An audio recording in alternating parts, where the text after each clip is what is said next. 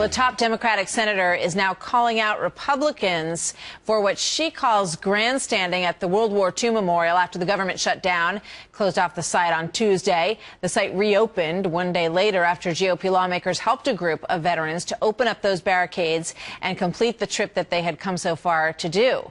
Missouri Senator Claire McCaskill says that the Republicans are just using American veterans to score political points. Here she is on that. It's a little confusing as how many people are here who don't have veterans from their states. I'm not sure why they're here other than to try to play politics on the backs of veterans, which I think is bad manners. Wow, that's a pretty strong charge. Texas Congressman Louis Gohmert is one of those Republicans who was meeting with veterans at the memorial site this week, and he joins me now with his reaction. Congressman, welcome. Good to have you here. Welcome. No, thank you for having me. So she's accused you for the time that you spent down there of playing politics, sir.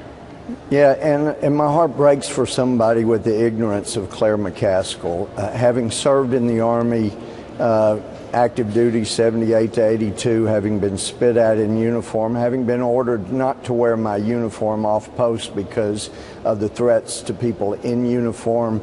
I understand. I've stood with families when there was no camera anywhere inside, anywhere, with just a handful of people. I have wept with so many military families who have lost loved ones and will continue to do that. She sees veterans and thinks politics. Some of us see veterans and our heart breaks and rejoices for the sacrifice they were willing to make. I didn't know whether there would be a camera there when we went, but Steve Palazzo said we got veterans coming from World War II, and they're not going to let them go down the sidewalk into their memorial. Well, a bunch of us came running. I didn't know if a camera would be there. I didn't care.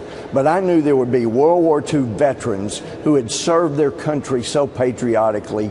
We were going to be there to do whatever we could for them. And you get an indication as to who's playing what here when you see Reed being asked, oh, well, what about, wouldn't you want to save one child from cancer? Well, why would he want to do that? It's because she, he, the president, others are thinking politics over this. You got this yesterday from the commander-in-chief himself when you reflect historically on one of the greatest speeches ever given by Franklin Roosevelt when he said the only thing we have to fear is fear itself. Yesterday, you had the President of the United States go on a business interview on television, and he was told, gee, you know, Wall Street is taking this pretty calmly, and he says, it's time to panic. They should be concerned, basically trying to scare the market, trying to bring down people's savings and the value. It is outrageous. Who's playing politics with this? I will go anywhere, anytime a veteran needs me, and I can get there to help. And I've done it my whole life. It's who I am. I'm just sorry Claire McCaskill doesn't have enough knowledge about the patriotism that lies in some of us, that she could see veterans and want to help rather than think in politics. Well, Congressman, obviously, you rightfully feel strongly about it, and I say rightfully because you served yourself, and we thank you for that, obviously. Well, I never saw combat, and when I see people like these veterans, and to have them talk and weep about those who they wish were there with them. Let me ask I'm you going this, to do Congressman. everything I can to see that these veterans continue to get in over the next few weeks. I understand. At what level are these decisions made? Because, you know, we were told this morning by a Democratic consultant, you know, this is just the way it is. When the government shuts down, you're going to have these terrible ramifications, like what we saw at the memorial. Who decides what gets shut down and what stays open? Well, that's a great question, Martha. Great, because I thought, well, maybe some stupid bureaucrat in a cubicle made this decision not realizing that it stays open 24/7. I've been out there all hours of the days and nights, and when I haven't seen anybody in the World War II memorial who was associated with the government in uniform. And so somebody, we know that it was somebody in the administration, somebody in the White House had to give their okay for the second day.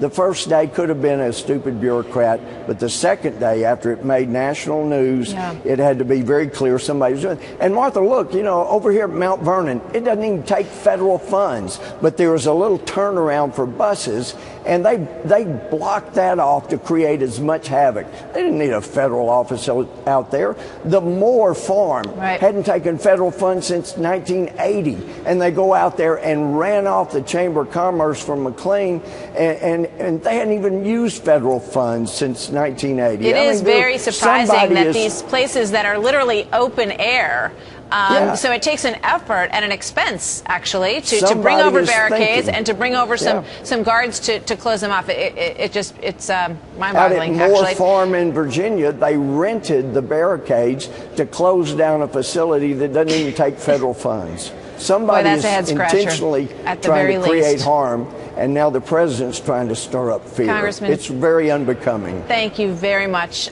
for being with us today, Congressman. We will see you soon. Martha.